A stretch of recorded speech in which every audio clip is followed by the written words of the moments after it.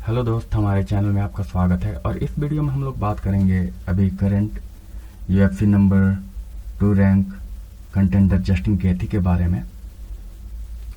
और UFC lightweight division के बारे में अगर हम बात करें तो ये यूएफसी का सबसे टफेस्ट लाइट डिवीजन है, क्योंकि कुछ बहुत ही अच्छे फाइटर्स हैं नंबर 1 से लेकर नंबर 9 तक, जो कि किसी दिन टाइटल के लिए चैलेंज कर सकते हैं। और नंबर 11th रैंक अभी इस्लाम मखाचोव हैं, जो कि जिन्हें बहुत हाईली माना जाता है स्ट्राइकिंग और ग्रैपलिंग के बारे में, जो कि हबीब नरमागोमेदोव के कजन भी हैं और क्लोज फ्रेंड हैं। तो अगर हम जस्टिन गेथी की बात करते हैं, उनकी लास्ट फाइट थी 24 अक्टूबर 2020 को UFC 2054 Abu Dhabi fight island में, जो कि फाइट थी हबीब नरमागोमेदोव के खिलाफ। और हबीब नरमागोमेदोव ने उस फाइट में जस्टिन गेथी को सेकंड राउंड में चोक करके फाइट जीत लिया था। और अगर आप यूएफसी लाइटवेट डिवीजन को देखें तो यूएफसी 262 में यूएफसी का लाइटवेट का टाइटल फाइट होने वाला है, क्योंकि खबीब ने रिटायरमेंट ले लिया है।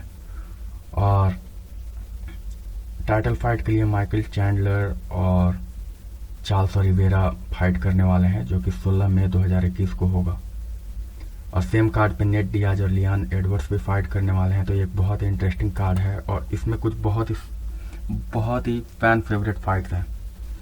तो करेंटली अगर आप यूएफसी लाइटवेट डिवीजन को देखें तो नंबर 1 से लेकर नंबर 6 तक के सारे फाइटर बुक्ड हैं, जिसमें एक फाइटर जो बुक नहीं है वो है जस्टिन गेथी। जस्टिन गेथी को इनिशियली चार्ल्स ओलिवेरा से कनेक्ट किया जा रहा था कि हो सकता है उन्हें फाइट करें, लेकिन वो जस्टिन गेथी एक इंटरव्यू में भी बोल भी रहे थे अपने प्लान के बारे में, कैसे वो डिफीट कर देंगे चार्ल्स ओलिवेरा को। और फिर बाद में उनका नाम माइकल चैंडलर से जोड़ा जा रहा था। और जिस दिन यूएफसी ने लाइटवेट डिवीजन का फाइनल के लिए माइकल चैंडलर और चार्ल्स ओलिवेरा का मैचअप अनाउंस किया था, उस दिन जस्टिन गेथी ने ट्वीट भी किया था कि मैं ट्रेनिंग करने जा रहा था माइकल चैंडलर के लिए, और ये न्यूज़ मुझे अभी मिला। और वो बोल भी रहे थे एक इंटरव्यू में कि उन्होंने हो सकता है किसी को नाराज कर दिया हो, इसके चलते हो सकता है वो अभी इस सिचुएशन में है, क्योंकि वही एकमात्र ऐसे फाइटर हैं जिनका अभी कोई फाइट नहीं है। अगर जस्टिन गेथी अपनी नेक्स्ट फाइट जीत जाते हैं तो वो मोस्ट प्रोबेबली टाइटल के लिए फाइट करेंगे। अगर कॉल आउट्स के बारे में बात करें कि अगर उन्हें किसी फाइटर ने उन्हें फाइट के लिए कॉल आउट किया है, तो आरडीएस ने रिसेंटली जस्टिन गेथी के मैनेजर अली अब्देलाजीज ने ट्वीट किया था कि लाइटवेट डिवीजन के फाइटर जस्टिन गेथी से भाग रहे हैं, क्योंकि जबकि टॉप 5 के सारे फाइटर बुक्ड हैं। तो राफेल डोस एनोस ने उन्होंने बोला कि वो जस्टिन गेथी से फाइट के लिए रेडी हैं और कॉन्ट्रैक्ट भेजने के लिए। और राफेल डोस एनोस पहले भी लाइटवेट के चैंपियन रह चुके हैं, और फिर वो वेल्टर वेट में मूव किए थे, जहाँ पे वो इंटरिम टाइटल के लिए फाइट किए थे कोल्बी कविंगटन से, लेकिन वेल्टर वेट में उनका प्रदर्शन कुछ अच्छा नहीं रहा, क्योंकि वो लगातार 3 मैच हार भी चुके थे। 3 फाइट टायरन वुडली, कमारू उस्मान और कोल्बी कविंगटन से। और उसके बाद इस्लाम मखाचोव का लास्ट फाइट था ड्रू डोवर के खिलाफ यूएफसी 259 पे, जहाँ पे वो जीते थे। और वो सबमिशन से जीते थे और बहुत ही वो सुंदर मैच था, क्योंकि उन्होंने बहुत ही डोमिनेंट प्रदर्शन किया था ड्रू डोवर के खिलाफ में, एक टफ ओपोनेंट। और इस्लाम मखाचोव के बारे में अगर बात करें तो हबीब नरमागोमेदोव के कजिन हैं और वो बहुत ही क्लोज हैं। उनके पिताजी भी इस्लाम मखाचोव को कोच करते थे शुरू से ही। और एक इंटरेस्टिंग फैक्ट ये है कि इस्लाम मखाचोव और जस्टिन गेथी के मैनेजर एक ही हैं, अली अब्देलाजीज। और राफेल दो सांजोस के मैनेजर भी पहले अली अब्देलाजीज हुआ करते थे, जब खबीब और राफेल दो सांजो के बीच में फाइट हुआ था। तो इस्लाम मखाचोव ने अपने फाइट के 2 वीक के बाद पहले उन्होंने टॉनी फर्गूसन को कॉल आउट किया था, जो कि अभी बेनिल डारियुस से फाइट करने वाले हैं।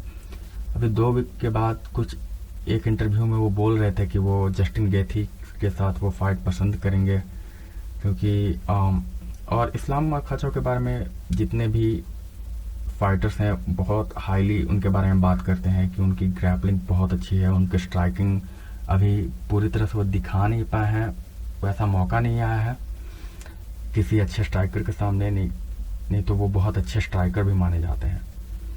और हबीब नurmagomedov ट्रेनिंग में बहुत कम ही राउंड लूज करते हैं, और जो भी थोड़ा बहुत इधर उधर उन्होंने अगर कोई राउंड लूज किया है तो इस्लाम मखाचो के खिलाफ ही, और वो खबीब के बहुत ही पुराने ट्रेनिंग पार्टनर रहे हैं। अगर जस्टिन गेथी की हम लोग बात करें तो उनके पास अभी अवेलेबल फाइट जो है वो number 7 Rafael dos Anjos, number 8 Dan Hooker जो कि पहले जस्टिन गेथी को कितनी बार कॉल आउट कर चुके हैं, और एक बार एंट्रीम टाइटल फाइट के पहले टॉनी फर्गुसन के एक समय उनका नाम जोड़ा जा रहा था जब डैन हुकर यूएफसी के टॉप 5 में थे। और नंबर 9 रैंक है बेनिल डेरियुस जो कि बुक है, और नंबर 10 रैंक है पॉल फोल्डर, और नंबर 11 रैंक है इस्लाम मखाचो। तो ये चांसेस बहुत कम है कि वो नंबर 7, नंबर 8 या नंबर 10 रैंक के साथ जाएंगे, क्योंकि इन फाइट से उनको कुछ हासिल नहीं होने वाला है, और वो हार जाते हैं तो फिर वो रैंकिंग में नीचे चले जाएंगे और वो टाइटल पिक्चर से दूर हो जाएंगे। अभी वो एक फाइट जीतते हैं तो वो चले जाएंगे, टाइटल पिक्चर में आ जाएंगे। अगर वो नीचे गए तो हो सकता है उन्हें 2 फाइट जीतना पड़े। अगर जस्टिन गेथी 2017 में यूएफसी ज्वाइन किए थे, और वो ज्वाइन करने के बाद कभी भी वो लंबा वेट नहीं किए हैं। वो 1 साल में 2 बार फाइट जरूर करते हैं।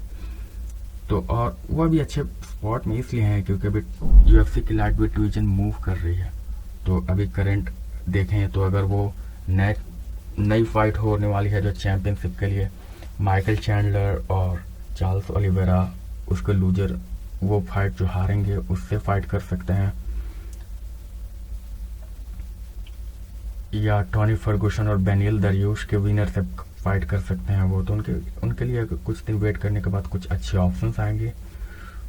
और कुछ भी हो, यूएफसी के बारे में एक चीज़ बोला जा सकता है, कुछ भी हो सकता है। और जस्टिन गेथी एक फाइटर हैं, वो किसी मैचअप से अगर यूएफसी बोलेगी फाइट के लिए तो ना नहीं करने वाले हैं। बस उनकी एक ही कंडीशन होती है कि उन्हें पूरी ट्रेनिंग कैंप चाहिए होती है, और वो शॉर्ट फाइट बहुत कम लेते हैं अगर वो टाइटल के लिए ना हो, जो कि जिसके लिए कोई उन्हें ब्लेम नहीं कर सकता है।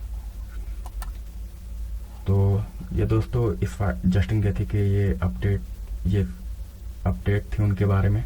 और थैंक यू फॉर वॉचिंग, और विल सी यू सून। और प्लीज़ हमारे वीडियो को लाइक और सब्सक्राइब कीजिए।